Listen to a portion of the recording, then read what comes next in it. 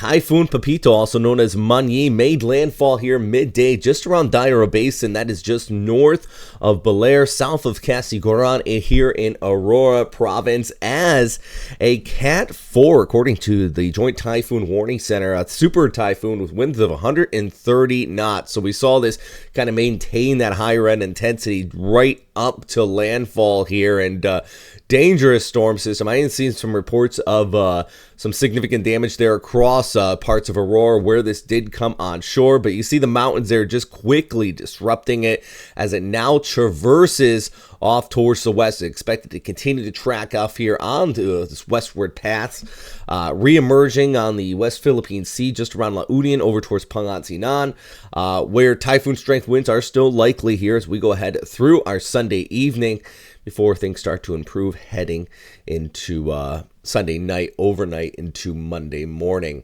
I'm meteorologist Robert Spetta. Let's break down the latest on this storm system. This is actually signal force warnings. They were raised up to 5 for Aurora heading into Carino Province, 4 all the way out towards the west coast. Basically anywhere in a 4 indicates that you could see typhoon strength winds coming in out of this storm system.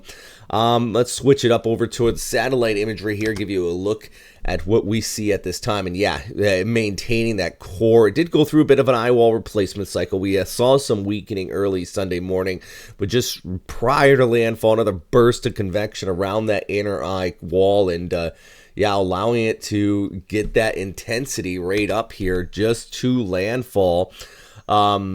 Yeah, still yet to see how our friends in Belair are doing. I know we got our videographers out there, our storm chasers continuing to track the storm. Ongoing situation, though, for them. Despite the fact it's moving away, you still have that inflow coming in the back side of it. And you see that here, right at landfall here, just around noontime. You had a cat push overhead. And then you still have kind of the inflow extending through your Sunday evening. As this traverses, I think one of the big issues in central Luzon, yeah, of course, the winds are an issue, but it's going to be more so the wind, the rainfall.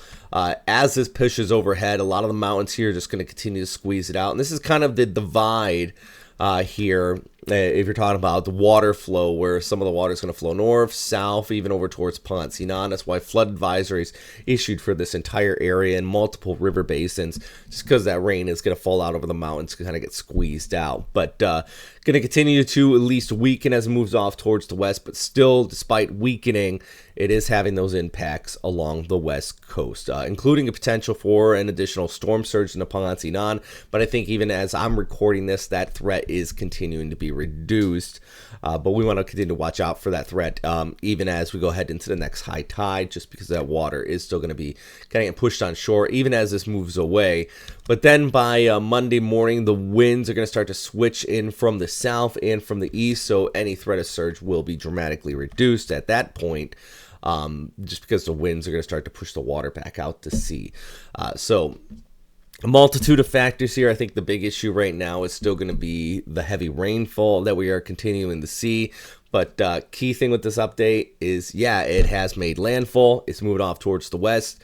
Heading in the Monday over into Tuesday, we are going to continue to see dry air filter its way in, and that's going to weaken this out really quick in the West Philippine Sea. And then after that, I don't have anything significant on the radar in that extended forecast, at least for the time being. So I'll keep you all posted on what I see out here, but for now, the key thing is we're continuing to track ongoing impacts from this storm system, and really hope we get through this without any significant injuries, or hopefully no deaths or anything like that, and people heeded the warning from this. The good news with Aurora is that is an area where they are well adept to typhoons. They know it.